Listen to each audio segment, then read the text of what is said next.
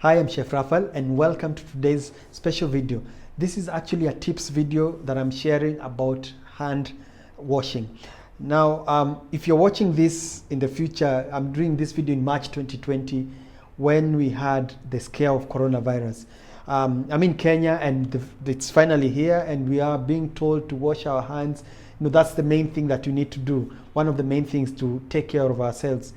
But I figured nobody's telling us how to actually clean our hands. And mind you, this video is not necessarily just for this period. This is my way of, I would say, of how you should do it officially in terms of cleaning your hands. So there's so many different types of tips that I'll introduce to you. Maybe some you know, some you don't know, but I hope this video will be helpful to you. So the first thing that you want to do when you're cleaning your hands, especially when you want to do it thoroughly, is we start with removing of any material. Like now I have a watch. Now, in as much as my watch is waterproof, we also want to wash our wrists, and it's also very important to wash your wrists, especially when you want to clean your hands thoroughly. So I'll start by removing the watch. Now, and I'll place it on the side. Now, watch is done. You probably have a wristband or a bangles. Now, anything that you can remove, that you can easily remove, like especially the bangles, the big ones, you can either push them to the back of your hand, or if it's like this one, that it's literally this one is hard to remove, you can leave it. Same thing applies to rings. Now, if you're washing it for your home, at home and all that, if you have many rings, then you may choose to remove them. If you have the wedding ring, especially if it's a simple one, plain one, to be honest, that one you don't have to be removing it every time you need to clean your hands. But sometimes it also depends on the amount of dirt you have.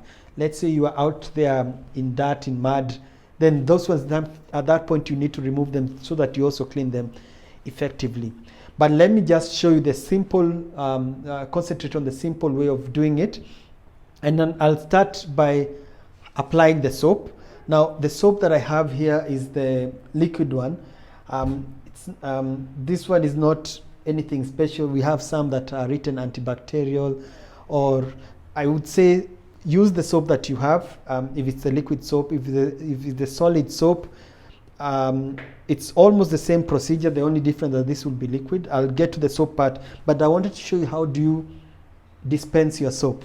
Now, if you're using this kind of a soap on a public area, restaurants or public toilet, and you have something like this, my advice to you is try and reduce the contamination level by, don't press it with your finger. You don't know who was there before, just press it with the back of your hand and then you're good to go. Now, doing it like this, not unless you actually take it and clean it first, but sometimes you probably don't have that time. Just use the back of your hand and press. When it comes to the sink, the tap handle, now we have this type of a tap that you open like this.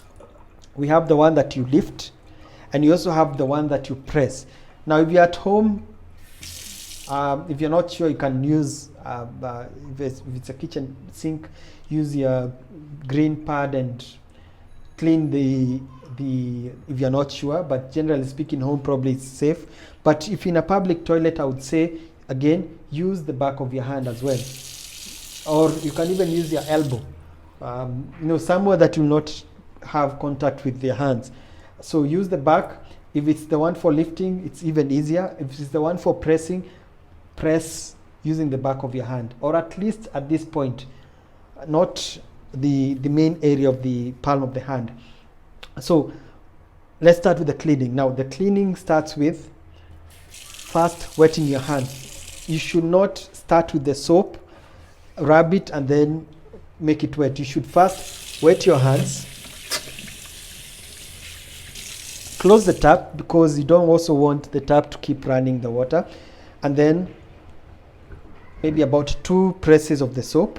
Depends with the type of soap. Now, if you had the bar of soap, the same thing, when you wet hands, pass it through your hands and then drop it back. Now you have lather. This is the first step. You need the lather. So start by doing that. and then go to the back of your hand like that, and the wrist. And if you have the wristband, also clean it like that.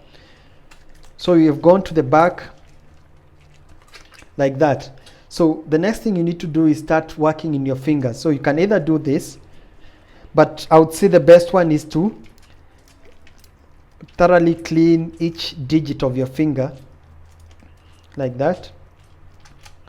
And then the second one, see, you still have the lather. And then when it comes to the fingertips, very important as well. If you have short nails, just at least rub them on the palm of your hands for all the fingers, including the thumb. So that way you're also cleaning this part, and also cleaning extra, the palm. So that is that. Now, if you had really dirty hands, you will rinse off the first rinse and then repeat the whole procedure again. But again, public area, use the back of your hand because this may be contaminated, and then rinse, including your wrist. Now with running water. The reason why we're told to use running water, because it's actually going away with the dirt. So that's the thing you need to note. And then again, if you're in a public place, close it with the back of your hand or the elbow. Now we are done. So how do you dry your hands? One really safe way is to use, just air dry them, just shake off the excess. It's always good to do this inside the sink, not outside, because when you do it on the outside, you're wetting the area. If 10, 20 people do that same thing and that place is not clean, it becomes a hazard, somebody can slip. But I would say the best way, that's one way to do it. The other way is to use disposable towels. Now, here I have serviettes. Now you can use serviettes, but I think the best one would be the roll, like this one, the hand towel or paper towel, the kitchen towel. The way it's been designed now, especially this one, the one I have, it's from this brand. It doesn't, the small pieces of paper does not come off and stick to your hands. So it cleans effectively. Now the serviette, sometimes depending also with what you have, it sometimes tends to, if it's too wet, it tends to leave some particles of the paper. And the toilet paper, for sure, that one is the one that, even though you can still use it, if you ask me, you can still use it if it's it's clean and fresh. But something that you dispose, now this is done, throw it away, that's the best. Now the normal towel, the cotton towel or the towel that we use, either the one we bathe with or the hand towel at home, it's not the safest, especially because it needs to be cleaned regularly. And sometimes somebody, if they don't clean their hands well here, it may be difficult to know if they can transfer the dirt onto the towel. So that's why I would say it's not. But if you're using it at home, you can control that scenario, and then it will be good for you. I think that's the most. I've covered all the different areas of this thing, and I hope you've learned something. I would encourage any questions that you may have for this video on my comment section. Again, this is hand washing techniques. And if you, like I said, if you have any question, put them on the comments. And remember, this is not necessarily for this period when you have the coronavirus. This is the way it should be. When you are being told to wash it for 20 seconds, if you start doing that and you count the number of seconds, you'll see it will be approximately 20 seconds. Or if you're saying happy birthday twice, that's the other way you know how much 20 seconds is. And if you make it a habit, at least in the kitchen or even in any environment you are, you'll be safe. And I'm Chef Raphael signing out. I hope, again, you've learned something.